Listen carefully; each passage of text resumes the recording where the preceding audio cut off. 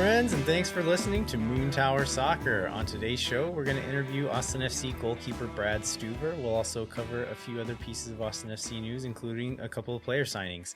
My name is Landon Cottam. I'm joined as always by Mr. Jeremiah Bentley. Hey everybody, I'm Jeremiah Bentley. And Landon, I want to talk about your Sunday morning on Twitter and how that shook out. It was an eventful morning for me on Twitter on Sunday. So I think I may need you to help me with the timeline here a little bit. But Sunday morning, a listener of the show named Curran sends me a DM on Twitter, and it's a screenshot of the MLS app, and it's the roster page of Austin FC, which I don't think was there before. I think that's new. And so he sends me a picture and he's like, "Hey, I noticed that it lists Brady Scott as on loan. Did we know that? Like, is that something we knew?" And it's like, no, that is absolutely not something we knew. And so I tweet that screen. I took my own screenshot and checked it out. I was like, yeah, it says that Brady Scott has been loaned out. And that's something we've talked about on the show, right? Is that like looking at how we're going to create more senior roster spots and all this, like Brady Scott was like the number one candidate for us as far as like who we thought might be loaned out. He's a young, promising keeper, but he's probably not going to get many chances to play this year. And so, yeah, I was like, yeah, that makes sense. Cool. And so I tweet that. People start talking about it. We're going through all of our conspiracy theories about how we're going to fill these senior roster spots and how many we have left. And then, okay, how do I put this delicately? New information. You received new information from an official source. There you go. That's good. Saying that is definitely not the case, that there was a mistake on the roster, and that Brady Scott has not been loaned out.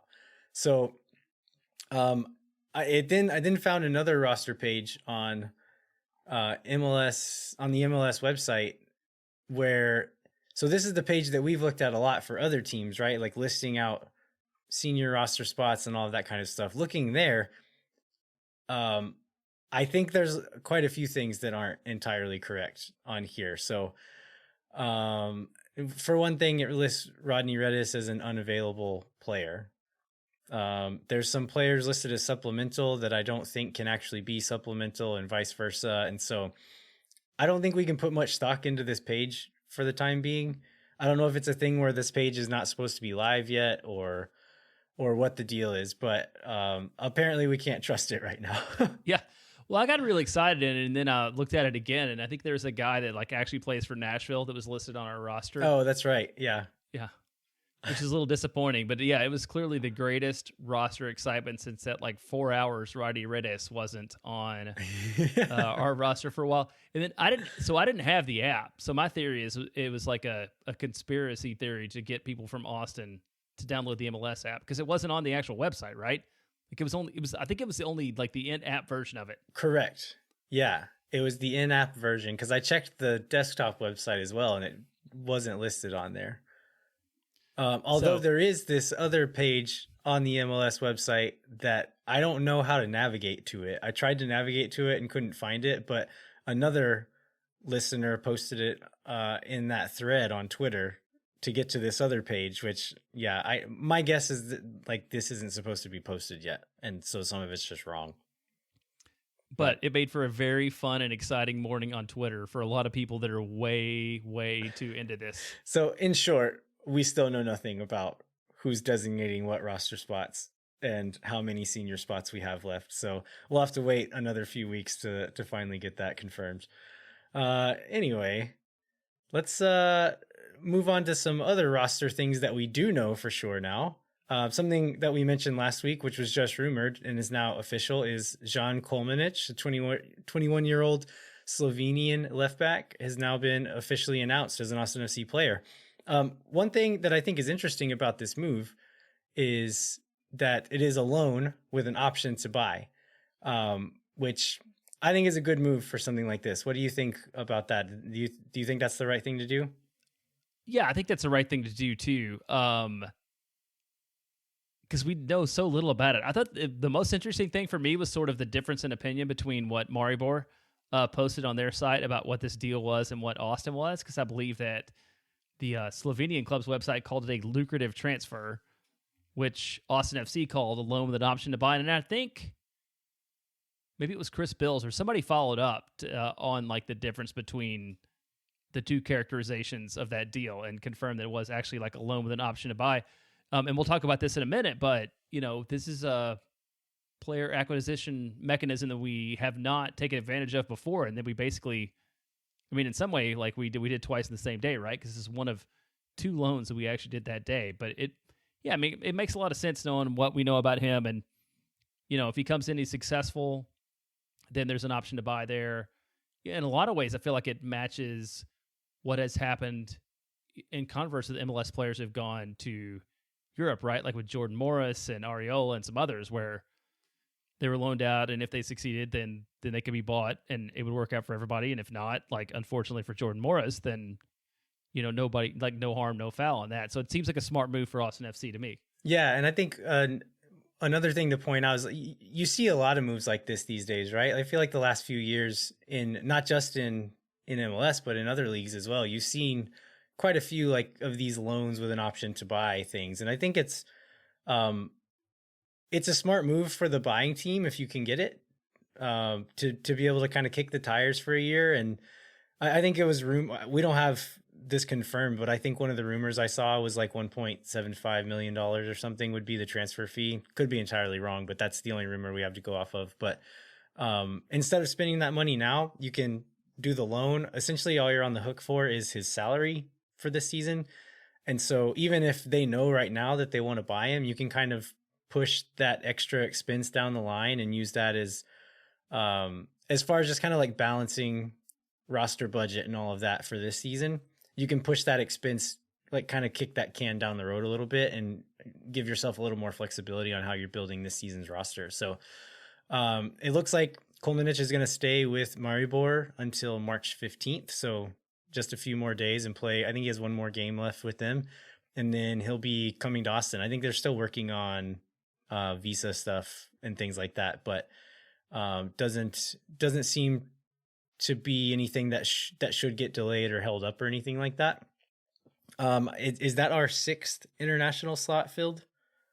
Yeah, that should be that would be our sixth player. And the one thing, just on the move, because I know like even Pochettino is still waiting on his visa stuff to be worked out. I think it's kind of shows his role in the club. It's not like they're dying if they don't have him in on day one and in training with the team, because I would imagine Ben Sweat's still the starter on opening day, at left back, but that's a chance to like work him into the club and see over the long term how he works out.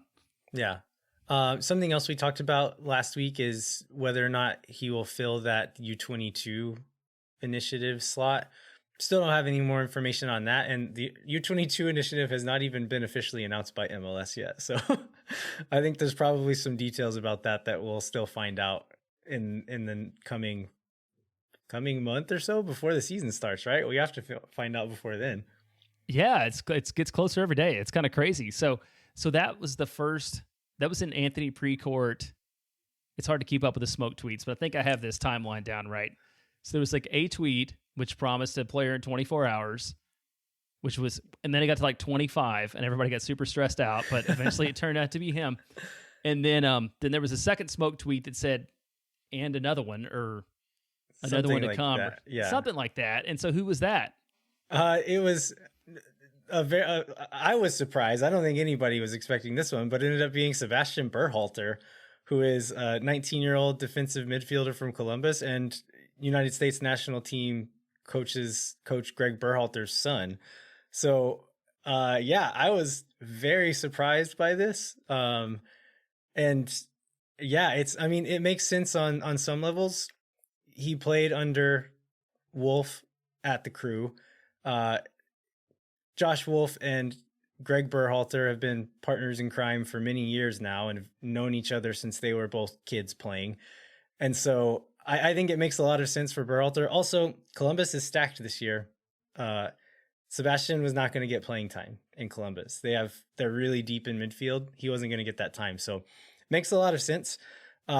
as far as making sense for Austin, I think another thing we've talked about on the show, the two positions that we've mentioned recently were left back and defensive mid. Those were spots that we really wanted to see some more depth, right? So boom, Slovenian left back, and then we still needed that defensive mid. Here comes Sebastian Berhalter to fill that spot. So I liked it. I like this move on a lot of levels. I think like I just mentioned, provides depth for Ring at the 6. He's played MLS minutes and he does a decent job. He's good enough to play when called on, but he's also still young and will be completely fine with being a backup. He's not going to get disgruntled because he's not getting enough minutes.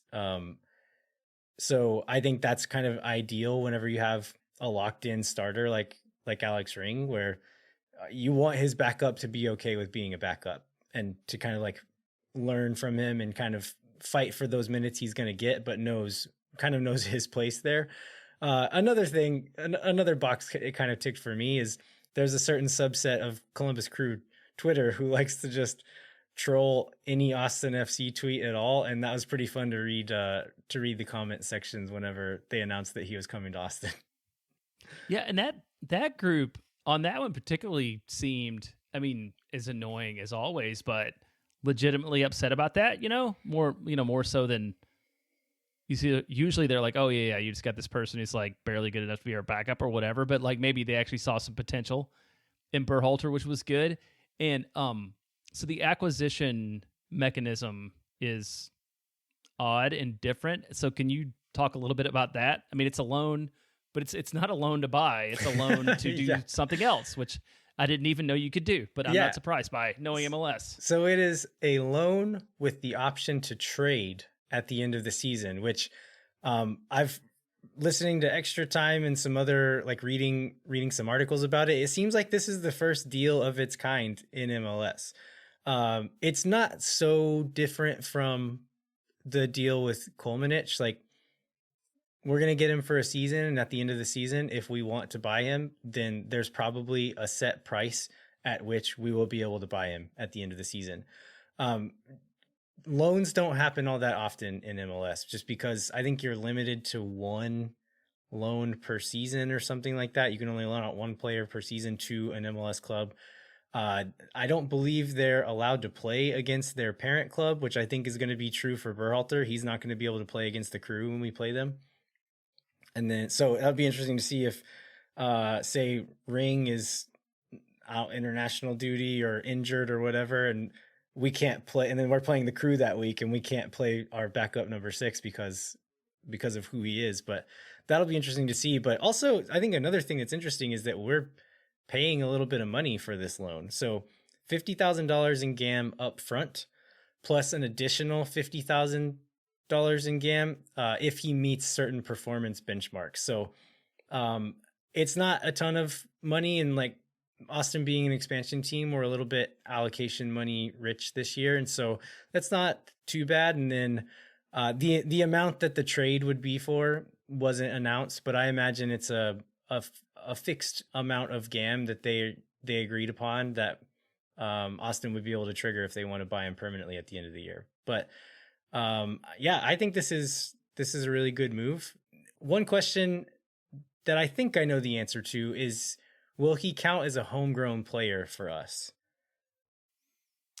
Yeah, I agree. He seems like he should, because he was signed as he was a homegrown player for Columbus, and as far as I can tell from looking at other expansion teams, that designation carries forward. Yeah, I believe that's true because Nashville traded for Handwall Abuana from Seattle, and he was a homegrown player, and he is listed as a homegrown player on Nashville's roster. So that designation does follow the player. So I believe he would count as a homegrown player for Austin, even during this loan season, which I think right now all it means is he's off budget. Like, he doesn't count towards our salary budget. It would be very interesting to see. This is one thing I don't know about, is if, say, we buy him, like we trade allocation money for him at the end of the year and exercise that option, and then we sell Sebastian Berhalter to a German club or something. Does the homegrown thing still count then? That's a thing I don't know. But essentially it's good news for Austin. It doesn't take up any budget space. As far as what we know about him as a player, he hasn't played a ton of minutes, but he seems to be a pretty solid defensive midfielder. I'm not going to lie and say I've watched a ton of his clips. Did you watch any highlights or anything? No, I watched like a 1 minute YouTube video and that's about it, which he seemed good from 1 minute YouTube video, but so did Breck Shea from ones I've seen. All right. Let's move on to preseason camp. So group training officially started on Monday of this week, although they've been training for several weeks at this point, right? I think the difference in that is it was optional before, meaning that if a player didn't want to be in town yet, they didn't have to be, but it seemed like almost all of them were. I think as of last week, there was maybe 2 or 3 players missing. One of them being, I think the only one that had been signed for more than a few days that wasn't here was Aaron Schoenfeld. And the rest of them are either waiting on visas or are Sebastian Berhalter and had just been announced. Yep. And we will, Brad Stuver talks about this a little bit. I think sort of the detail of the schedule, right, is I think a little bit different. You know, it's not just like, you know, it's not just the on the field stuff, but it's the video, the meetings, the meals, all that kind of stuff probably kicked in today in a way that it had not before. Yeah. I thought that was, you'll hear that in the interview here in a moment, but I thought that was a really interesting part of it where he kind of details out what their days look like. But these practices are closed. They're being held at St. Edward's University, which is, if you know St. Edward's, it's not a very difficult place to arrive to. I can. How closed is it, Landon? Exactly how closed? I can confidently say that they will tell you to leave if you try to go watch practice. How did that work? Did they let you watch a little bit, or do they just? Yeah, like, I think is there like a guy walking around? What does that look like? If you're just kind of like stepping through and you hang out for a little bit and watch a few minutes, they'll give you the benefit of the doubt. But if you stand around for too long, they're going to come and tell you to move it along.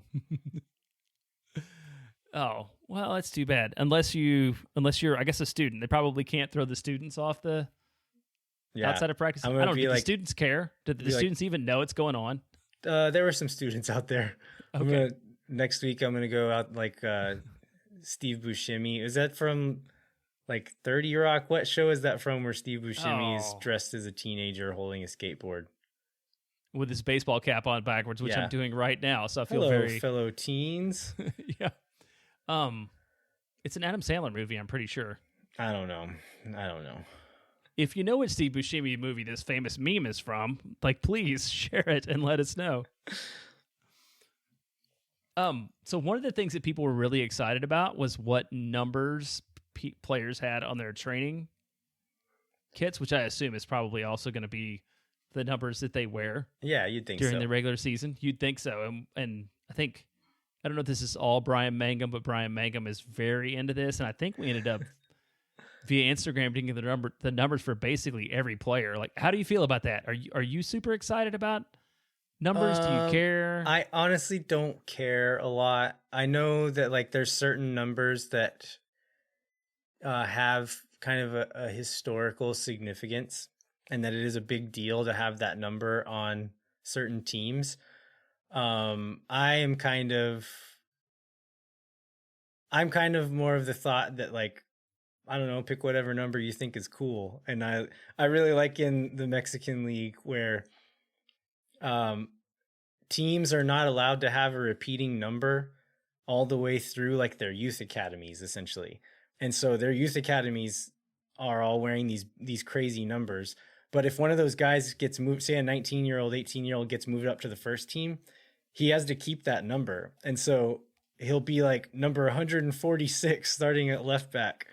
And that's in the first division of Mexican soccer it's happening. So I kind of like just weird numbers and do whatever you want. But I understand that there is a lot of tradition behind numbering, and it means a lot in certain contexts. And I think the one specific one that means a lot at a lot of clubs is the number 10, which it looks like Cecilio is going to be wearing for us.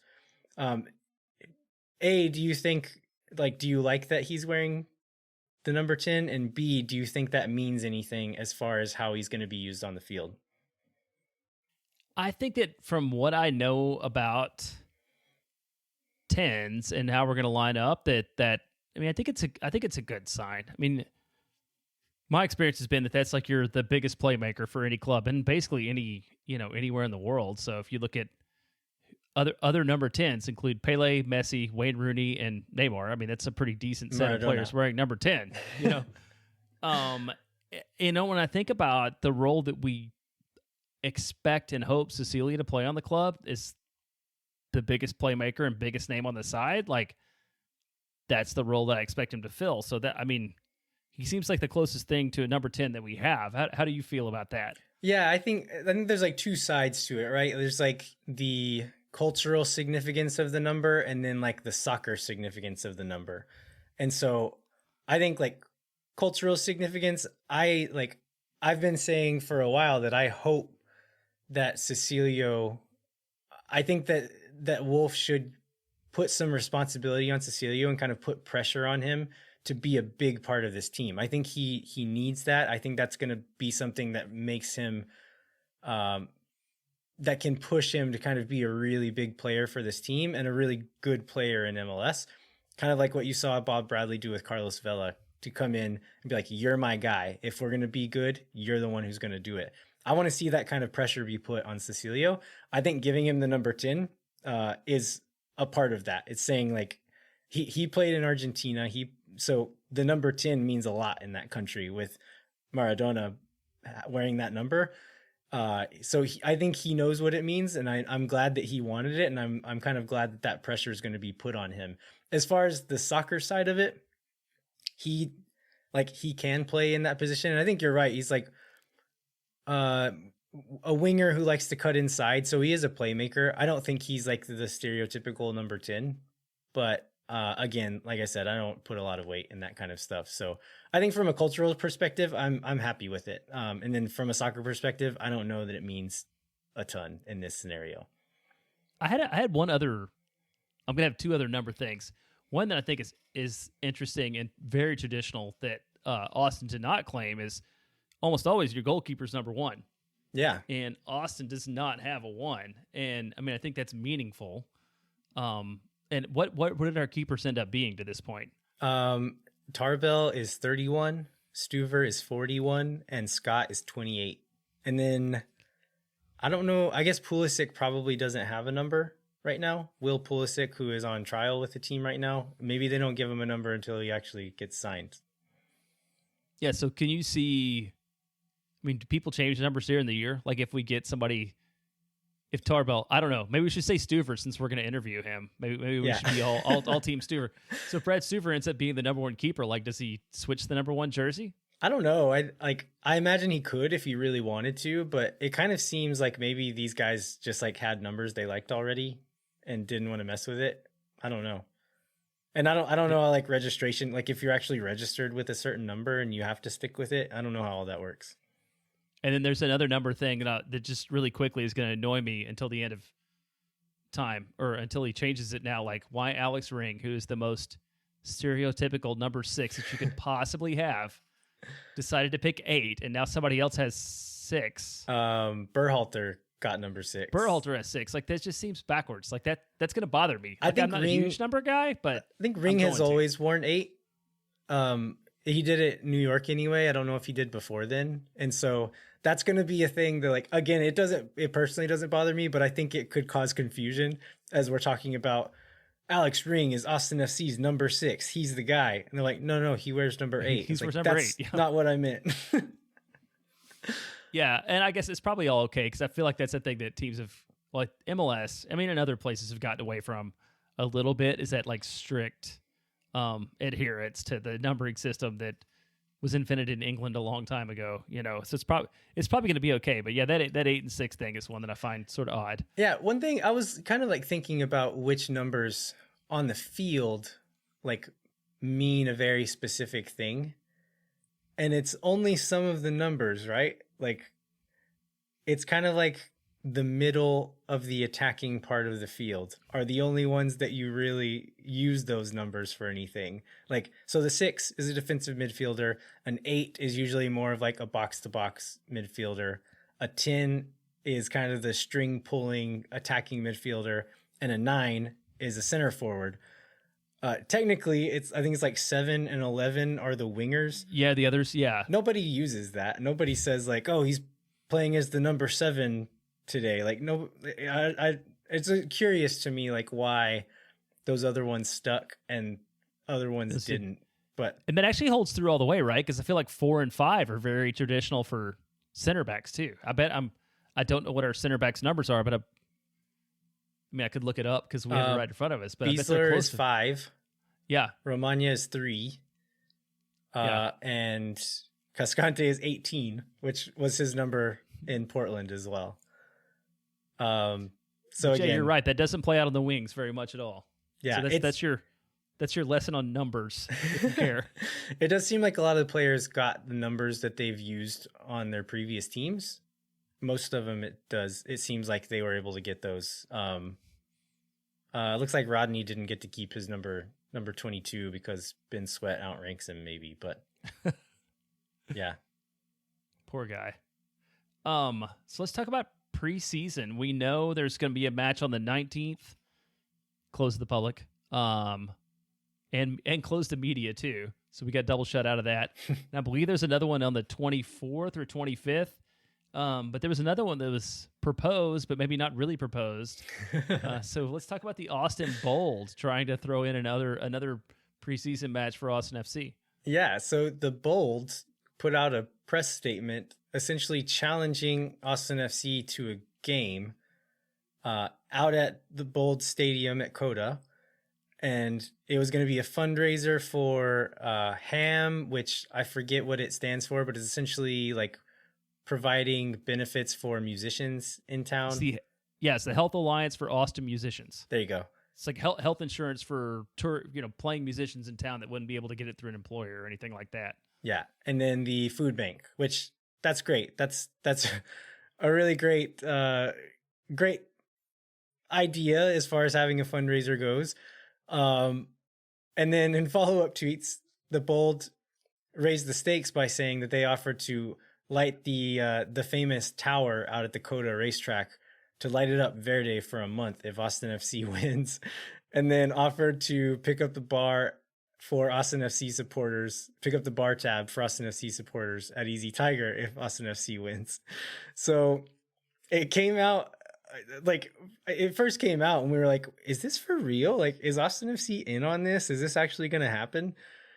And the further it went on, we kind of got an answer to that, didn't we? Yeah, unfortunately. Well, I mean, for me, unfortunately, and this is something I would love opinions of different people, because I feel like there are wildly varying opinions of people depending upon like how deeply involved you were in the political process and stuff. But yeah, from everything we can tell, it's a stunt that will not come to pass. I think Bills tweeted maybe an hour or two after that I think the Bold had like issued the challenge Thursday morning and then like decided to already publish it on Thursday afternoon, maybe before, I don't think they ever actually talked to anybody at Austin FC about it. And then Mike Craven, the new soccer beat writer at the Statesman for Austin FC, also said that it's like not possible and it's too late and everything's already planned and it's not going to happen. Yeah. So is this something that you would have wanted to see? Yeah, absolutely. I mean, yeah, for sure. I think any opportunity to see Austin FC play a match in person in a stadium is like really exciting to me. And then, yeah, I mean, there's this rivalry that has kind of born out of politics that I think that carries on. That I'd love to see him. I would hope. I don't know what the win is it for Austin FC, right? Because like I would hope that we would crush the Bold, and that would be like an expected outcome. And I don't know what the upside for them would be out of that, but it would be a lot of fun to go out to Bold Stadium in Southeast Austin and like watch some professional soccer earlier than I expect to see. We're looking at June now, so for the chance to go see Austin FC play in March, absolutely. How about you? Yeah, I think, again, I'm just eager to see them play in person, right? You mentioned out at the Bold Stadium, which is, I think, one of the several reasons why it wouldn't happen. Austin FC is not going to want to play their first game in Austin, not at the stadium. Like, after all this time and after all the work and energy that's been put in to get this stadium done and to get the stadium approved to even exist, they want that first game at that stadium to go off with a bang, right? And so I think playing another game in town, especially kind of an exhibition one like that, maybe takes some of the luster off of that first game at Q2. Also, as what Mike Craven mentioned in his tweet, he said that his source told him that it's not possible and it's too late in the process to do it. That makes me think that they're probably finalizing a couple of other games, and those are already in the works. And then just like preseason scheduling and like this stuff doesn't just get thrown together at the last minute, right? Like they probably have a lot of other stuff coming down the pipeline right now, and it just wasn't going to be possible to do. Yeah, and I wonder, so that stadium holds 5,000 people, and you don't even know what the attendance would be like. One thing I did see this week is that Houston announced that they are going to open at 30% capacity at their stadium, which would be 6,000 people, which would be probably about typical for a Houston Dynamo match, no matter what. So I feel like they're really not out anything out of that. But I can imagine how hot that ticket would be if they were playing at Bold Stadium in front of a max capacity of 1,700. I mean, that would be kind of wild. Yeah, that Houston news is something I wanted to touch on. So I read that and like it kind of took the air out of me for a second. Because like 30%, that's so low. I mean, I agree with it. I think it's a good idea, but it seems so low. But then I realized like, okay, that's 30% in April. If Austin's not playing until June, that number could go up a little bit. So, yeah, hopefully we can vaccination rollout enables Austin to have that first home game with a much higher number than 30%. Well, and I read that sitting in my car in line at the football stadium in Round Rock, waiting to get like my round 1 vaccine. So it was very real for me to read that. So, and so the other context for that is I think last year they were at 15%. So I mean that's some progress, right? They've gone from 15 to 30.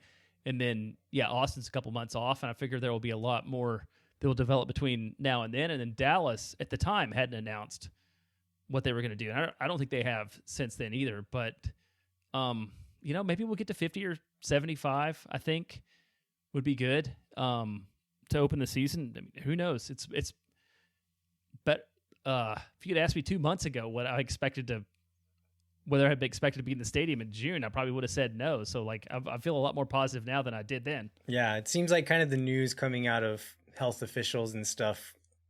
If, like, today it seems impossible that we're going to get to see a game in June, and then the next day it's like, oh, maybe we'll, like, they just, estimates keep changing based on new events and new information that comes to light. So I'm trying not to get my hopes up one way or another too much. And then anything's a pleasant surprise at that point. Yeah, here on the Beer, Soccer, Politics, and Public Health podcast that we've now become over the last year, sadly. All right. In other Austin FC news, Austin FC has hired their English language color commentator, Michael Lahoud. So were you familiar with Michael Lahoud as a player or as a commentator?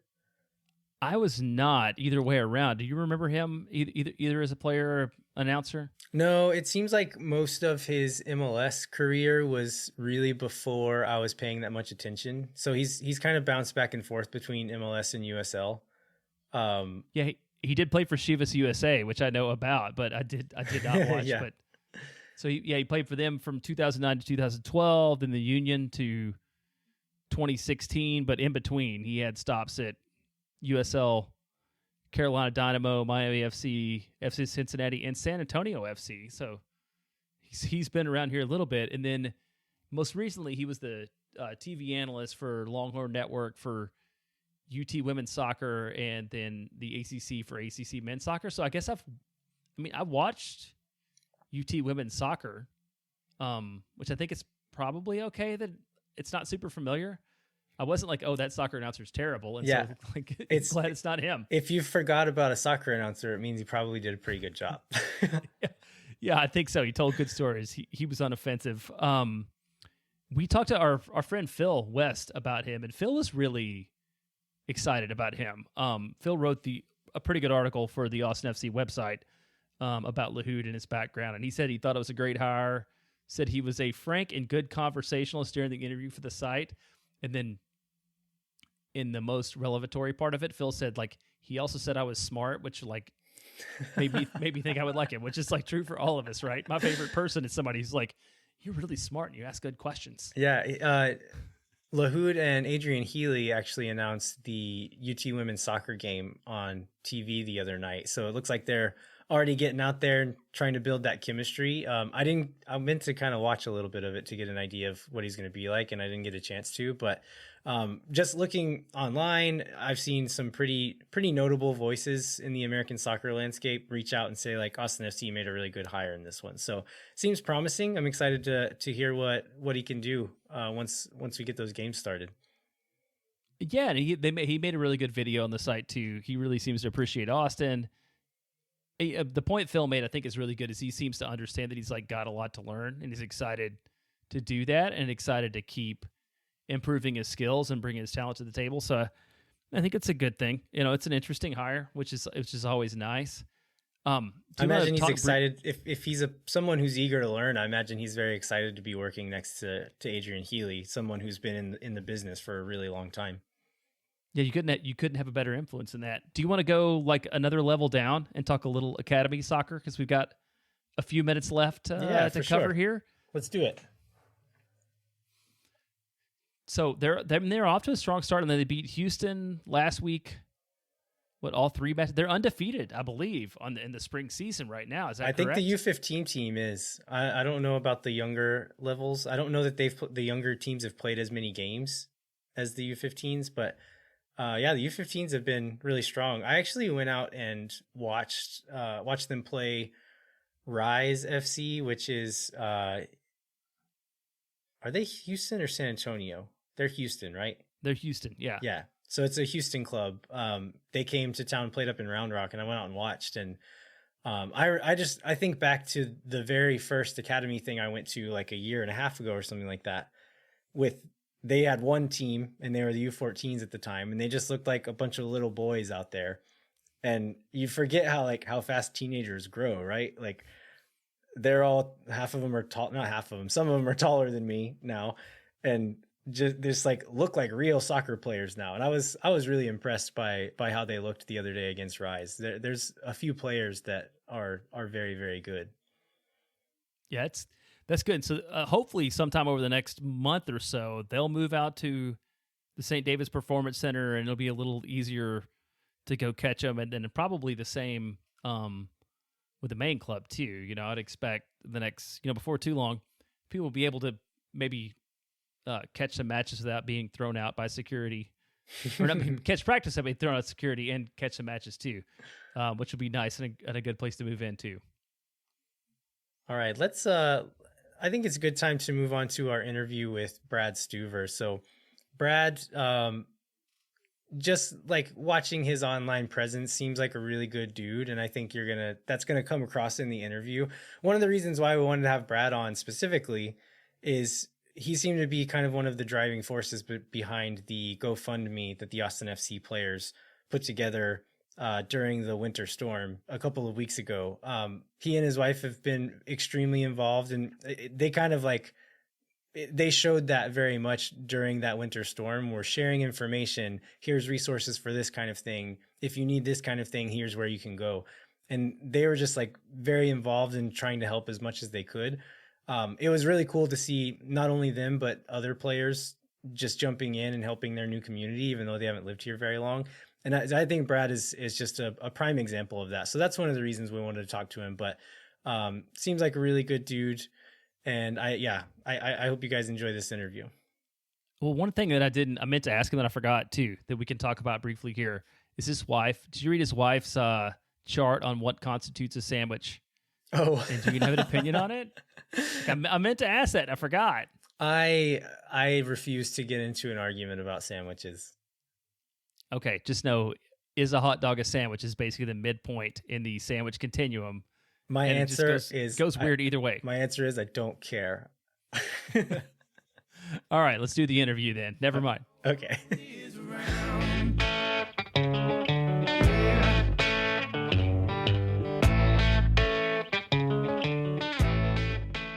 Boom Tower Soccer is brought to you by our friends at FVF Law, the official injury lawyers of Austin FC. FVF is a different kind of personal injury law firm dedicated to community, transparency, and client education. And we recently learned that the Austin Chronicle Best of awards are open this year, and we would encourage you all to nominate or vote for FVF as the best personal injury law firm. It's the only one I know, so I feel like it's like 100% opportunity that I'll probably nominate them for that. You can go to fvf.law to find out more about what makes FVF different and why understanding your legal options can dramatically change the outcome of a case. Once again, that is fvf.law. Well, you don't need words to tell me things that drive me wild, right out of my brain. Our guest today is Austin FC goalkeeper Brad Stuver. Brad, thanks so much for joining us, man. Thanks for having me on. Yeah, of course. To get started with, just tell us a little bit how you've enjoyed Austin so far. I know y'all haven't been here long and it's been under kind of strange circumstances, but what do you think so far? Yeah, I was going to say we've driven around the city. We've gone kind of on a driving tour of the city. We've gone South Austin, East Austin, West Austin, downtown, North Austin, and so far we love it. We're really looking forward to COVID being behind us so that we can thoroughly enjoy the city, but it's been good so far outside of the snowpocalypse. Tell us a little bit about just your career and kind of the journey that brought you to Austin. Yeah, so I was drafted out of college to the Montreal Impact. In preseason, they did not offer me a contract, so I ended up my first year being a league pool goalkeeper. I was stationed in Columbus. I bounced around to a couple different teams that needed a goalkeeper throughout the year. Then the following year in 2014, Columbus picked me up and put me on the roster. 2014, I went out on loan to the USL, to the Dayton Dutch Lions, and then the Wilmington Hammerheads. And then 2015, I was able to earn the second spot in Columbus. And then after 5 years in Columbus, I moved on to New York City FC for 3 seasons, and now I'm here in Austin. We want to get into your time in New York, but I saw earlier today, I was looking through kind of your bio about being a pool goalkeeper. Yeah. And that seems like an interesting position to me. What was the shortest notice you ever got between playing a game and like being called to a team and going and playing a game? I had a go bag ready that year. I think the quickest notice I had was 24 hours.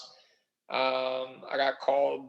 Normally the team that needed you would call the league, and then the league would call you and basically said, here's your, check your email. Here's the flight information. You'll be flying out of Columbus at tomorrow at this time. It's like, okay, cool. Tell my then girlfriend, now wife, just saying, hey, I'm gone tomorrow. Good luck with everything. Have fun. And then I was gone for an unknown amount of time.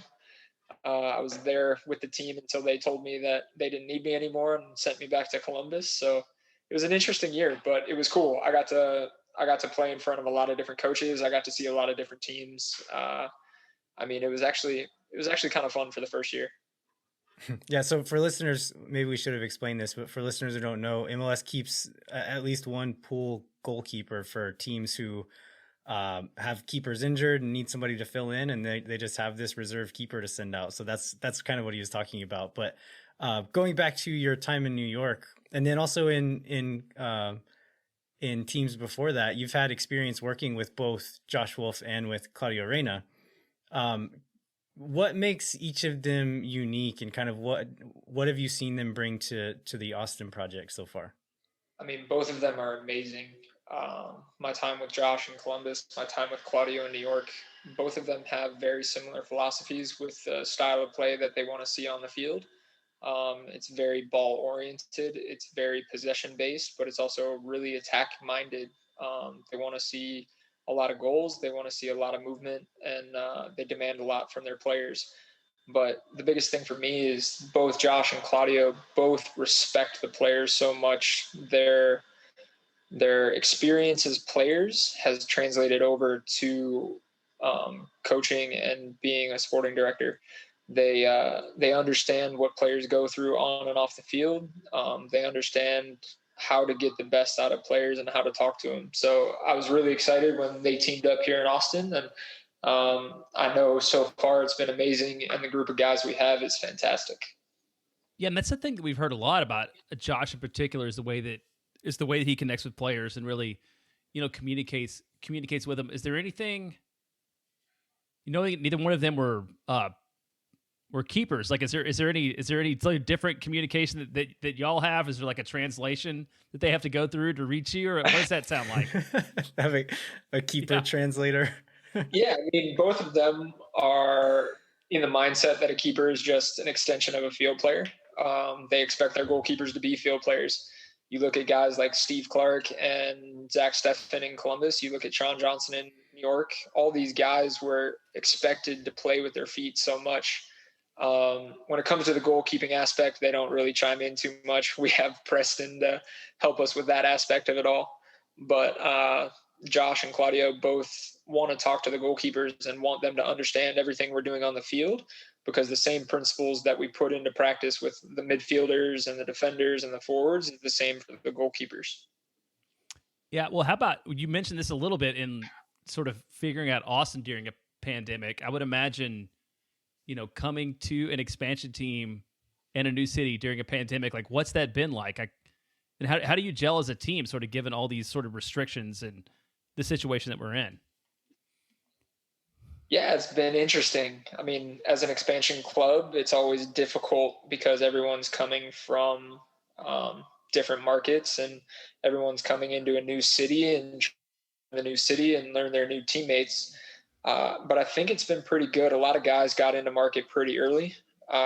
So throughout the voluntary sessions, we were able to get a little rapport going. The season getting pushed back actually helped us a little bit as an expansion team. It gave us more time to get into market and kind of do those voluntary sessions. But now just being able to be together all in one place with the coaches, and you start seeing the banter come out in the locker room. You start to see jokes being played on the field. It's been really good to see, and the guys are gelling really quick. Yeah. We'll get into like the seriousness of the snowstorm before, but one of the things I think we talked about on Twitter is, you guys came to Austin expected it's probably going to be 100 degrees, all year round. And I think you've gotten like the two biggest winter storms we've had in the last 10 years, both in your 2 months there. I mean, how are you personally dealing with that, with your expectations coming from New York and then coming to Austin? I'm glad it happened when we first moved here, because we're still used to snow. We're still used to cold weather. So I'm glad it didn't happen like 5 years down the road when I'm fully acclimated.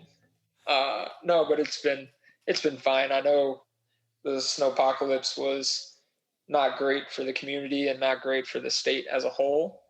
But I mean, we made it through it, and I think you saw how the guys came together to try and help the community as well, which I thought was amazing, and glad to be a part of a group that is so forward thinking and helping the community that they play in. Yeah. And y'all have seen the other side of that. Like, you've had amazing training weather the last, this week too, right? Like this is the best we have to offer for sure. I mean, it's been great. I mean, if this is what Austin is supposed to be like weather-wise, I'm all in. Yeah, it's definitely going to get a little hotter. I was going to say, circle back when enjoy it. Circle back when it hits triple digits. We'll talk again then. Yeah, I had this boss from New Jersey, and the first year in Austin was like a mild summer, and he's like, "Oh, you guys should just embrace the heat." I'm like, "Dude, you don't know. Like, you got here once, and it was fine, but maybe don't get ahead of yourself." So, your first I think your first official full team training was today, correct? Correct. And so, first official day of Austin FC soccer. that's awesome, and we were all excited by it. We've been following all the Instagram photos and video and all that stuff. So, like, what does it look like for you as a player? What does a training day look like, now, and then when you get closer to the season too? Yeah. So, I mean, right now we're based out of the Fairmont until the training facility gets fully operational. So we're in the Fairmont. Guys are in between 8 and 9. We can eat breakfast together between that time. Guys get treatment with the medical guys. About 9 o'clock, we start doing like a little bit of activation just to get the body going, get the body moving. Normally we have a team meeting in the morning. Josh wants to talk to the guys all together, talk about tactics, talk about what we're doing that day, talk about video that we have from previous training sessions. Then we head out to the field. We're on the field for hour and a half, 2 hours, head back to the hotel, shower up, eat, might have more meetings in the afternoon. Twice a week, we're in the gym, doing double days. But then guys just get treatment. But being here in Austin, being able to stay in market, everyone's able to go home at night and be with their families, sleep in their own bed. So it's been pretty nice. Pretty weird for a preseason, to be honest, but it's been good. I know you mentioned a little bit about kind of team dynamics. One thing that I was curious to ask you about is that Austin FC now has, I think, 4 or 5 guys that were captains on their old teams, and then several other people like yourself who were clearly very well respected among their teams and among fans at their former clubs. So has that had an obvious effect on the team gelling so far? Yeah, I think it's really important. Like you said, we've had former captains, but we have a lot of guys that have been around the league, and we have a lot of like previous connections. Like a lot of the guys here have had connections with each other throughout the years. So, I mean, it's made it really easy just to kind of walk into the locker room and just set the tone right away. We're all able to hold each other accountable on the field, hold each other accountable off the field. And I think that's really important because especially in a new year, not everything's going to go extremely well. I mean, it's a first year, like expansion clubs are all different, but I think we have the leadership within the locker room to, like, when things are going good, we're not going to get too high. And when things are going bad, we're not going to get too low. We're going to be able to weather the storm when we have to. So it's been really good. And, having that many guys in the locker room that are willing to take charge, it's great. And it's definitely good for the younger guys to see the older veterans just kind of taking charge and leading by example. So going back to the snowstorm that we were mentioning earlier, it was very obvious that you and your wife have both kind of jumped into being active in the community and really like sharing information and helping out where you could. And then also the fundraiser that the players put on. It seemed that you and Beasler were some of the first people to kind of start getting that ball rolling. Can you tell us a little bit about being active among the fans and among the community and what that means to you? Yeah, my wife Ashley and I have always had this idea that we wanted to give back to the community that we lived in. It's just been something that we enjoy doing and we feel is really important to do. I mean, we started things in Columbus that we carried with us into New York and we hope to bring here to Austin. And I think as a team, you could see through the GoFundMe that this team is dedicated to the community. And I think that's really important. I think the connection between the community and the team, it makes everything better. It makes everything feel more authentic. It makes the players feel like they're part of something more than just soccer. It makes the fans feel like they're part of the club so much more. Getting to know the players, getting to know the fans, I think is going to be an important thing this year because when we win, we all win. And that feeling is nothing better when you can win with the guys in the locker room, but also all of the fans that are cheering you on. Yeah, I knew that just interactions online, I could tell that the New York fans really respected you. And I reached out. So backstory, there was a couple of years where I was traveling to New York quite a bit for work. And I got to know Alexis and Christian from the Cooligans fairly well. And so I reached out to them hoping they could give me like a funny story or like something embarrassing about you. And they're like, we don't really have anything, but he's a good dude. Y'all got a good one. So I can tell that the New York folks really respect you. I was hoping the Cooligans didn't have anything on me. You know, they wouldn't have held back if they did. So 100% they would have told you anything they had. So So being a goalkeeper, you're often the closest player to the fans. What is that experience like? And like, do you hear the crowd or do you kind of zone out and tune it out, or what is that like? So, I mean, during the game, you definitely hear things. You try and learn to block most everything out, but I mean, you definitely hear things. People take it to different levels, but for me, it's just, I've always found a way to just laugh at it, because some fans do their research and pull things from your social media accounts. And they're like, oh, how's that dinner that you and Ashley had the other night? Your food looked awful. And you're just like, what did you do last night that you found my Instagram? Is this how you spend your free time? Yeah, but I mean, it's funny. Like the back and forth between the fans is always fun. During warm-ups, I was joking around with Beasler a little bit, because Kansas City is one of my favorite places to play because the fans are just right on top of you. And during warm-up, anytime you let the ball in, you just turn around and you see everybody laughing at you, and it's really funny. If you don't take it too seriously, it's good.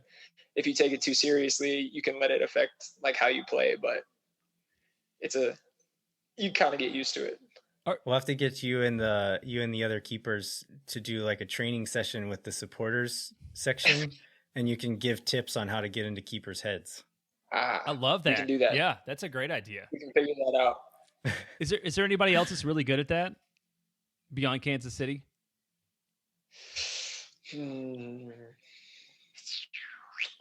mean, obviously Portland is just a crazy environment. It's just super loud.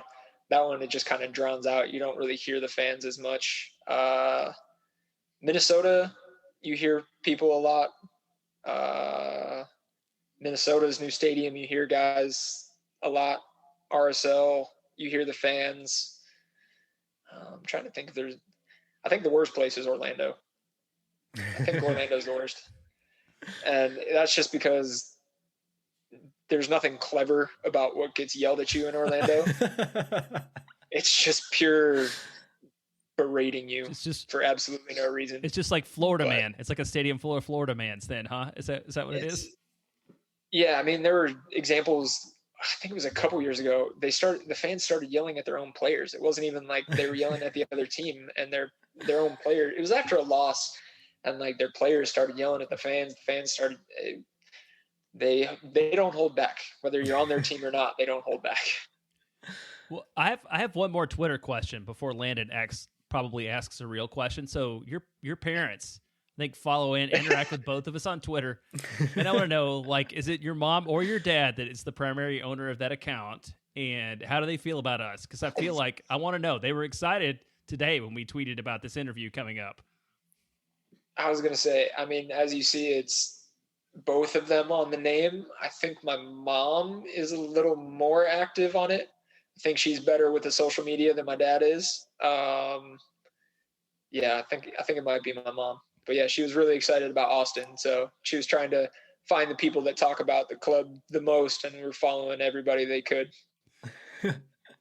It made us a little bit nervous knowing that a player's parents might be listening to our show, because like there's gonna come times where we'll need to be critical of players. And don't worry about it. You can talk shit about me all you want. My family's not gonna care. Believe me, anything you guys say, my parents will tell me 10 times worse.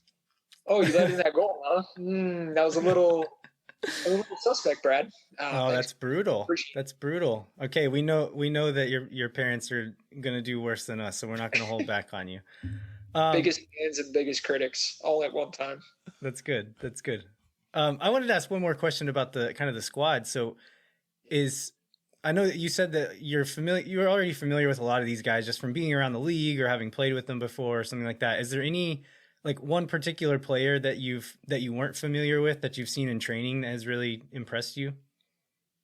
Well, obviously I haven't had any connection with the three players that came from Paraguay, Cecilio, Rodney, and Johan. It's been great getting to know them, and in training you can definitely see all three of their quality. You can see why we went out and bought Cecilio and brought him in on a DP salary. I'm excited to see how he grows into the league and helps us win games. I don't know. It's a really good group. Even the guys, like, doesn't matter what guy it is, you can really talk about him forever. Danny Hosen up top. I mean, you got Danny Perea learning the ropes behind ring. I mean, Berhalter just came in, he's trained with us for a couple of days. I could go through the entire roster, really. I'm really excited about this group. Everyone has been putting in the work, putting their head down, and it's going to be really fun once we actually get some games going. All right. Do you have any other questions, Jeremiah, before we wrapped up? No, I just want to say it's going to be really fun for us too, because we've been excited and like working toward and waiting for this for a long time. And we're, from what I can tell, and we covered this, it seems like, Claudio's put together like a really great group of people and like a skilled team too at the same time. Like, it'd be great if y'all are like all awesome people, but not very good at soccer. But like, seems like we've got a pretty good combination of both, which as fans we really appreciate. Yeah, I mean, Claudio is one of the best at what he does, and I think Josh has really had the experience to kind of balance both of those. I think what they were able to do, they were able to go out and get guys that were going to put their head down. They were going to work. They understand the league, and they also have the skill to play the way that Josh wants to play. So, I mean, it's a learning process for a lot of people to learn the way Josh wants to play. We just have to gel as a team and get things going. But even through the voluntary sessions into the first day of preseason today, you can see like those ideas that Josh has are already coming out on the field because the guys are buying in and they want to play and they're putting in the work. So, I mean, I'm really excited, and I think this group has a lot of potential. So. Awesome. That's exciting to hear. Well, thanks so much for joining us, Brad. Best of luck with the rest of preseason and going into the start of the season. And yeah, thanks for doing this. Yeah, appreciate it, guys. Hopefully talk to you guys after we play some games. Sounds Absolutely. Great. Thanks, man. Yep. See you guys. Bye.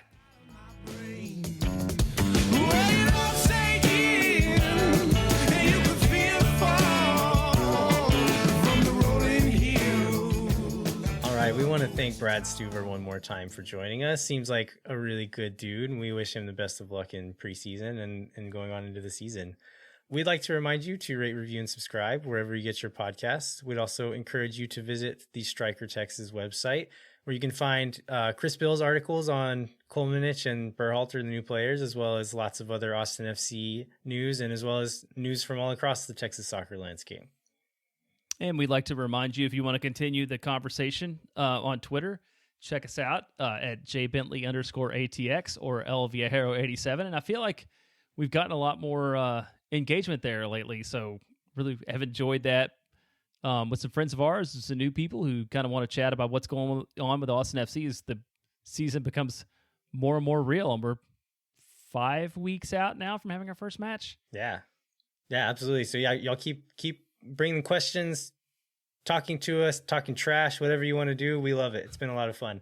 If you want to, also, if you're not on Twitter and you want to engage with us somewhere else, that's great too. If you do it on Facebook, I will respond and talk to you. It'll probably just be like a week later because I don't look at Facebook very much, but I try to get on there and give some love to the Austin FC group on there as well sometimes. Yeah, and if you do it on Reddit, I will respond too, but I'm not even sure. I remember my own username, so just it'd be some guy that sounds like me that's answering your questions. All right. Well, thank you for listening to this week's episode of Moon Tower Soccer. We'll be back in 1 week with more of the latest Austin FC news. Until then, I'm Landon Cottom. I'm Jeremiah Bentley. We'll catch you next time. money is around.